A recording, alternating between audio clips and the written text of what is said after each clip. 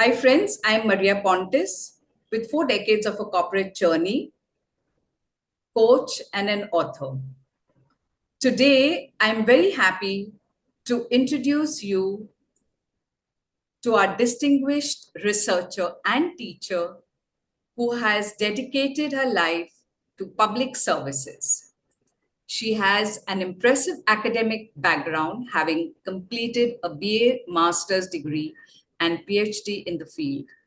With over 2 decades of experience in research and teaching, she has published extensively in scientific international journals and was granted the title of Associate Professor before retirement. Her research interests lies in mental ill health in working life and child maltreatment, which has led to collaborations with Bangladesh.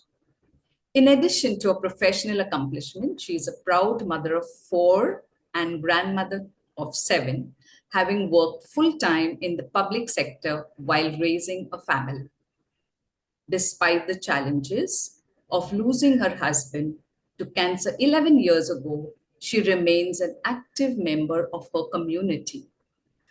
In retirement, she has taken up swimming as a hobby. With her insatiable curiosity and love for reading, she enjoys learning about other cultures and countries through literature.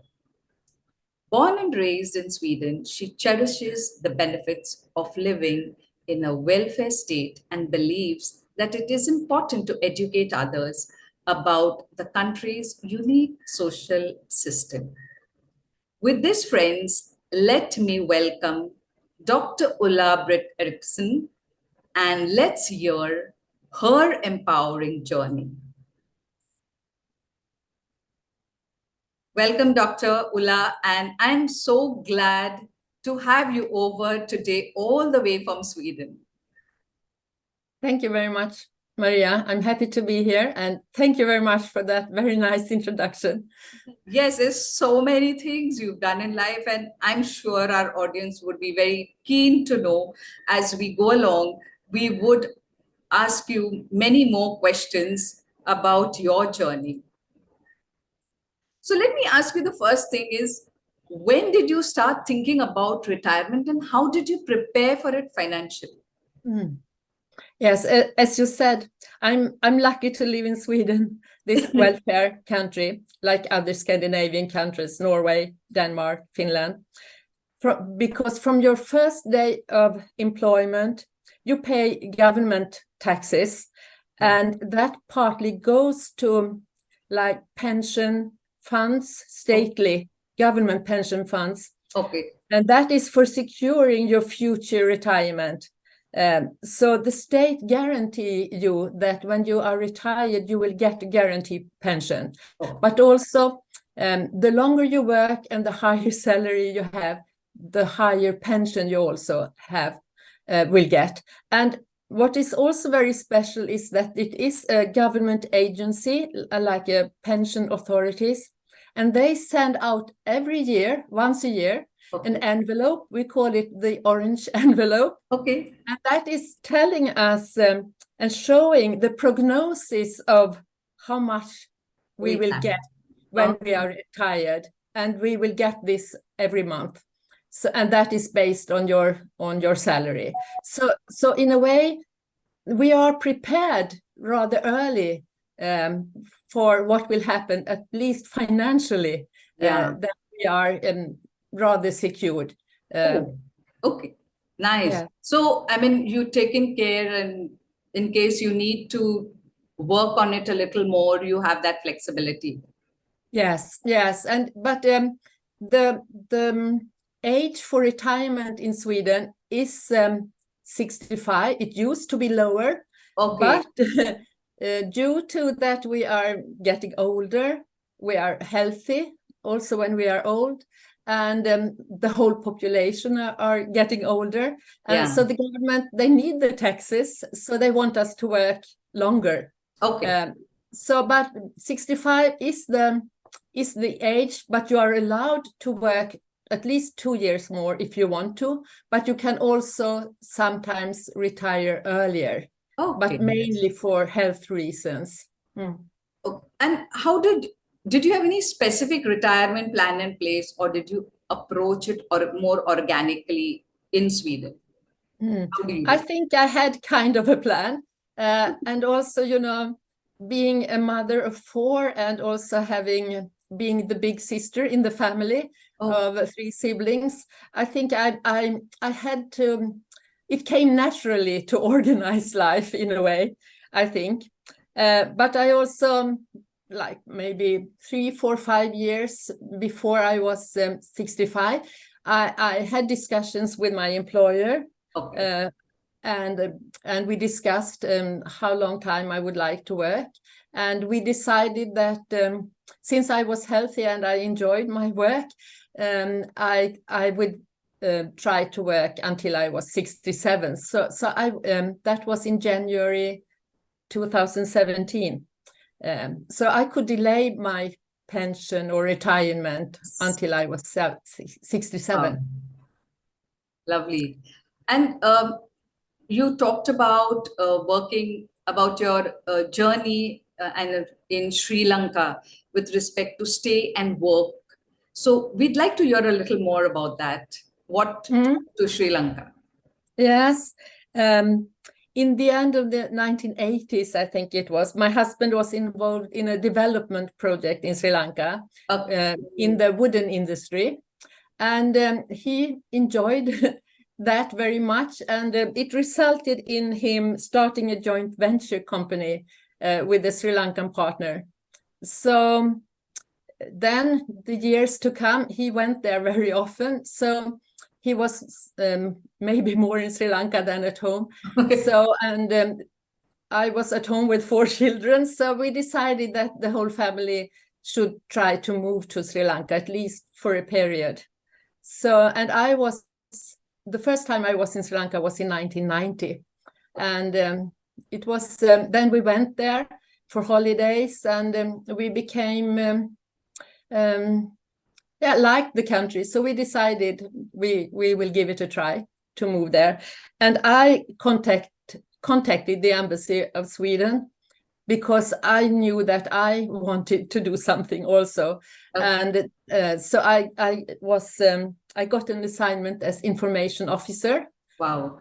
At the embassy, and that was very exciting. Yes. And I think the most exciting thing that we made during my work there at the embassy was arranging a Swedish film festival. Wow. And it was for 1 week, and this was together with the National Film Association of Sri Lanka. And for 1 week, every night we had showed Swedish films, and it was for anyone were welcome to come, and it was for free, and it was very good films. And it was so popular that people were queuing. And so we had to give many shows every evening. And it was also covered in newspapers and in media, and it was a very popular thing. And Swedish directors came to Sri Lanka and had seminars with Sri Lankan directors and actors. And yes, it was a really nice week. And we also had other events covered. And but it was it was very different from living in Sweden. You know, coming from a country where the country has not been in war for more than 200 years, and coming to Sri Lanka that was middle in the civil war, and it was like this curfews, censorship, military checkpoints, and these things that that was a new experience to us. And this suicide bombing also happened during that time. So that was between 1996 and 1999. Yeah, we went there.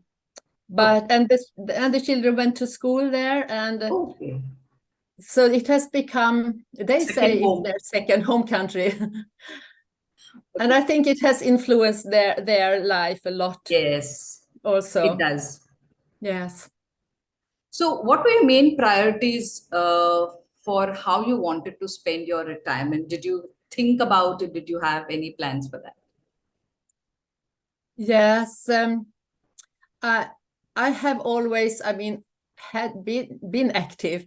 I have liked, as you said, reading and watching movies and spending time with friends, and also spending a lot of time for outdoor activities. Yes. And this I wanted to, of course, to give that more time, and also I was looking forward to spend more time with my children and my grandchildren, of course, also.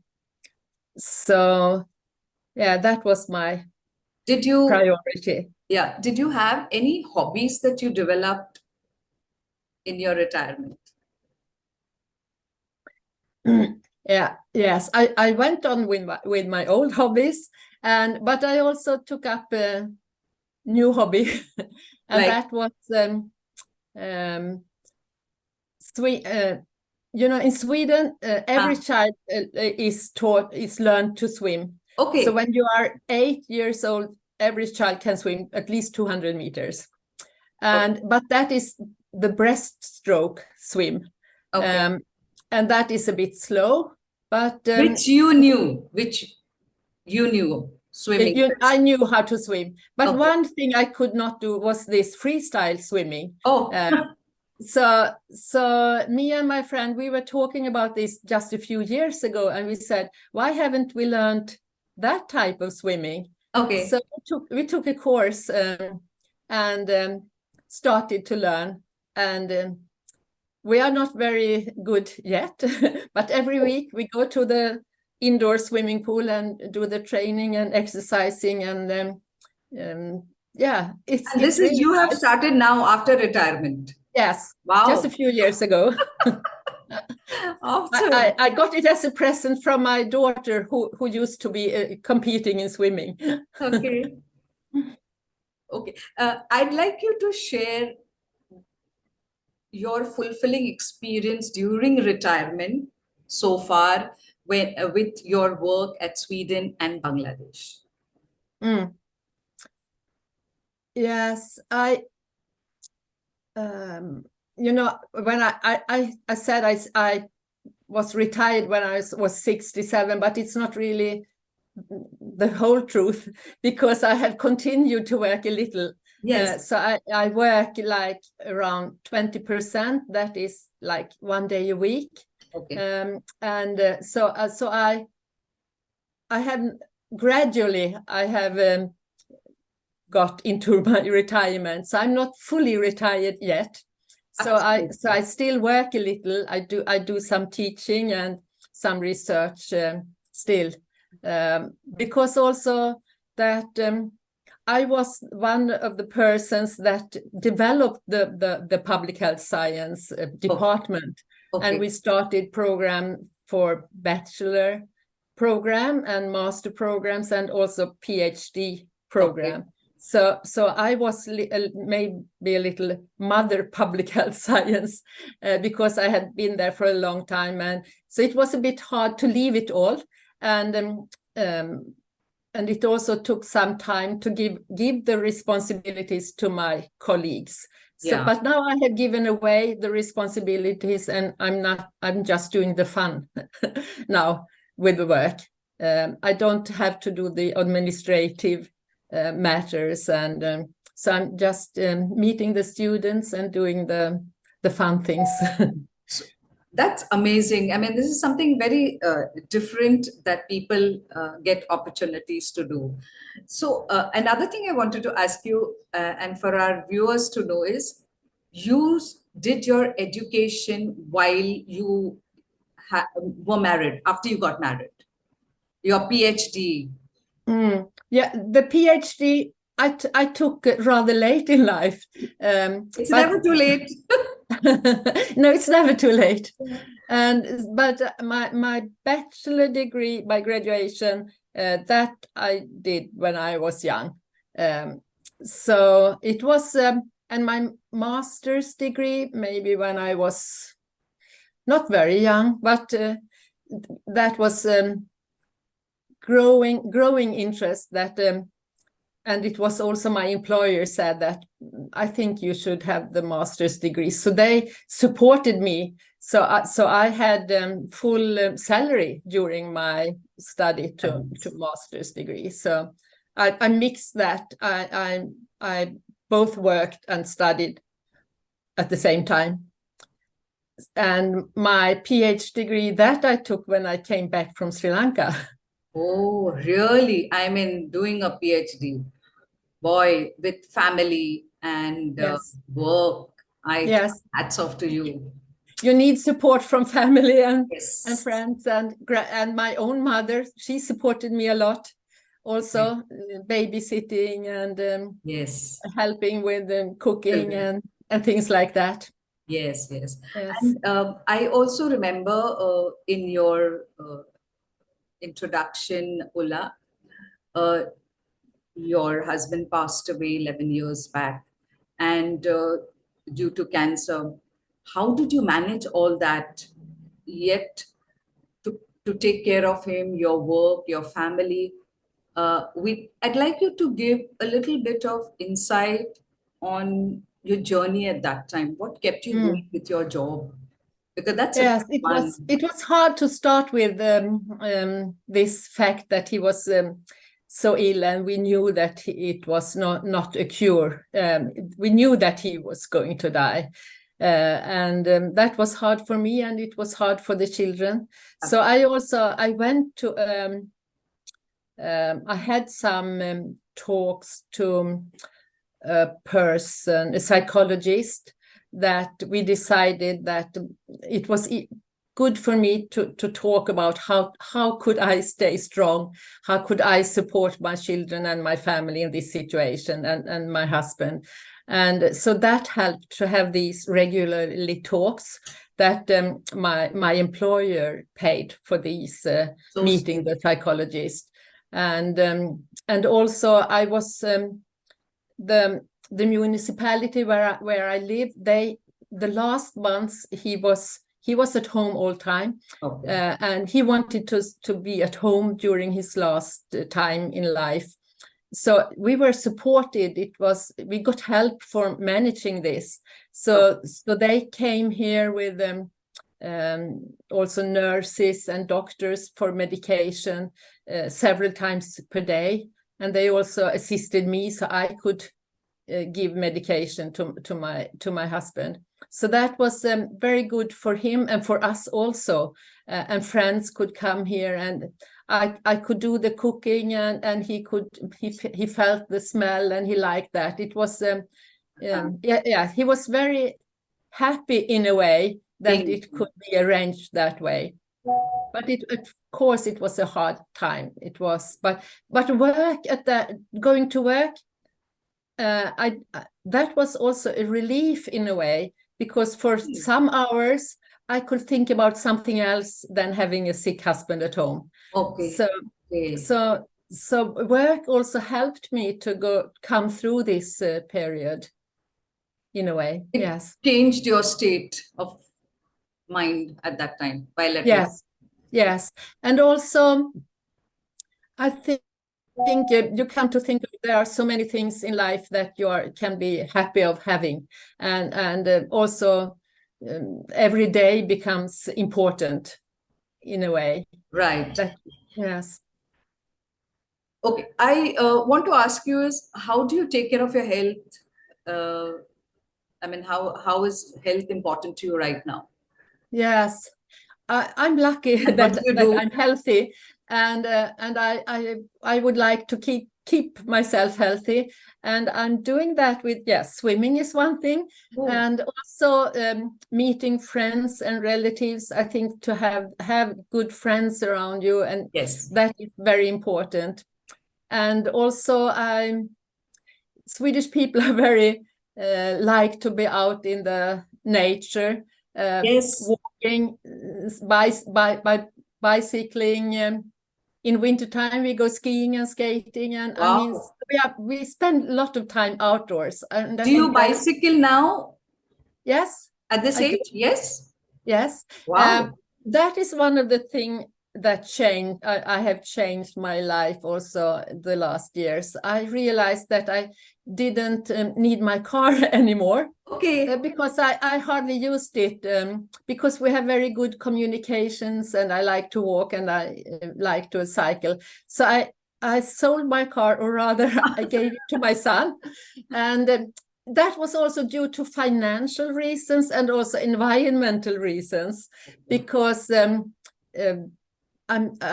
you think about more, don't take your car if you don't need it, because it's polluting the air around you. So I bought an electrical bicycle. So every day now, at least in summertime and spring and autumn, not in wintertime, because then it's too icy. Yeah. I take the bicycle when I go shopping, to the grocery shop, and also just for going out for picnic. So it gives you good exercise. Yes. And you breathe natural good air. And yes, that is one thing I think to keep you healthy. Okay, great. Yeah, this is very exciting. You give away the car and you had drive the electric bicycle. I love that. So, Yes. Dr. Ula, I have one last question for you. What hacks or tips would you give to our colleagues or the audience who are starting to think about their retirement plan? I think it, yes. I think look upon it positively, I think is one tip or hack, but also to prevent you from worrying about your financial situation. I think it's also important to start planning, to see how much you will get in your pension. And if it's much lower than your actual salary, how can you reduce your costs of living, and prepare yourself also for having maybe less financial situation. And also I think what is important and what is not important. I think as myself, I got rid of my car because I realized I did not need that. And also to prioritize, and also to realize that you can't maybe travel as much as earlier, but do the travels that you really want to do, and save money, of course, and for your goals. And a lot of, I think, enjoyment in life is also free. And being out walking in the nature, I mean, meeting friends, take a walk, reading a book. That doesn't cost so much, but it gives a lot of joy and luck. Yeah, actually, I would like to share with the audience, friends, Dr. Ulla is part of our co-authoring book journey. And it is really, really amazing to have her as a co-author on our book, Me No Pause, which she's written a beautiful chapter. And along with all of us, we are 18 other authors who have written a chapter each for this book. And it's getting launched on very shortly. So don't forget to read this book. It's already out on Amazon. So, Dr. Ulla, a huge thank you to you for coming on this journey of sharing your experience. You've been a very empowering, inspiring